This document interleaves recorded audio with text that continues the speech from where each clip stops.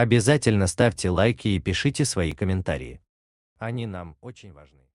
Как эксплуатируют туркменских бюджетников работников бюджетных организаций, в Туркменистане заставляют выполнять не те функции, за которые им официально платят зарплату. В распоряжении Turkmen News оказалось редкое документальное подтверждение сказанного. Главным работодателем в Туркменистане является государство.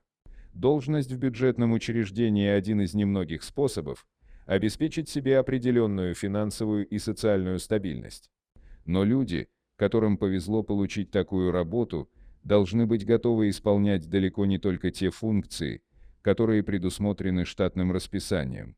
В письме, подписанном заместителем министра энергетики Туркменистана Батыром Худайбердыевым, говорится, что Хикимлик города Ашхабада должен выделить 50 сотрудников для посещения совещания и выставки «Основные направления развития энергетической промышленности Туркменистана».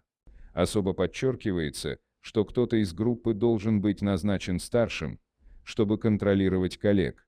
Люди были обязаны присутствовать на мероприятии 6, 7 и 8 сентября 2018 года с 10 до 18 часов, демонстрируя корреспондентам государственных СМИ интерес народа к достижениям туркменской энергетики. Иными словами, 50 сотрудников муниципалитета, чей труд оплачивается из бюджета, должны были в течение 3 рабочих дней исполнять не свои прямые обязанности, заботиться не о нормальном функционировании всех сфер в столичном регионе, а изображать из себя массовку на мероприятии, не имеющем прямого отношения к Хикимлику. И это только одно госучреждение. А сколько еще бюджетников из других министерств и ведомств были направлены с той же целью на то же мероприятие, остается неизвестно. Письмо датируется 2018 годом, но мы все равно публикуем его, потому что такие документы, во-первых, очень редко попадают в распоряжение независимых СМИ, обычно их не видят даже те, кого на их основании заставляют куда-то ехать и что-то делать. Во-вторых, практика принуждения никуда не делась и 4 года спустя.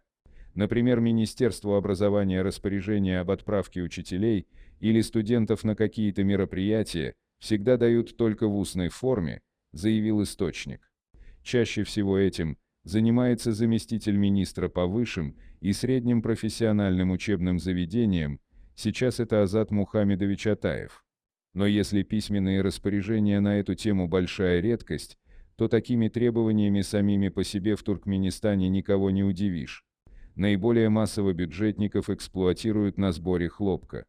Также им нередко раздают личинок тутового шелкопряда, требуя собирать тутовые листья для питания гусениц, для последующего производства шелка.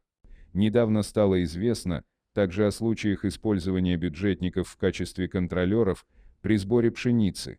Их заставляют следить, чтобы дихкани не утаивали часть урожая. Присутствие на собрании другой тип эксплуатации также очень распространенный.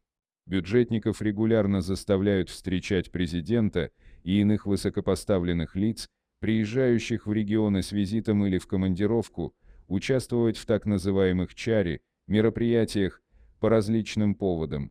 В отличие от вышеперечисленных действий, такие поездки не подразумевают тяжелого физического труда, но они как минимум отнимают время от исполнения основных обязанностей. Да и физически бюджетникам приходится не так уж легко.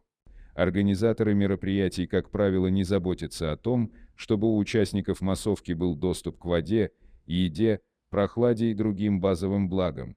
Согласно современным международным нормам, требования от сотрудников выполнения функций, не входящих в круг должностных обязанностей, является формой принудительного труда. Но власти Туркменистана не признают наличие проблемы. В тех редких случаях, когда чиновникам приходится прокомментировать ситуацию, они заявляют, что все граждане участвуют в мероприятиях исключительно добровольно.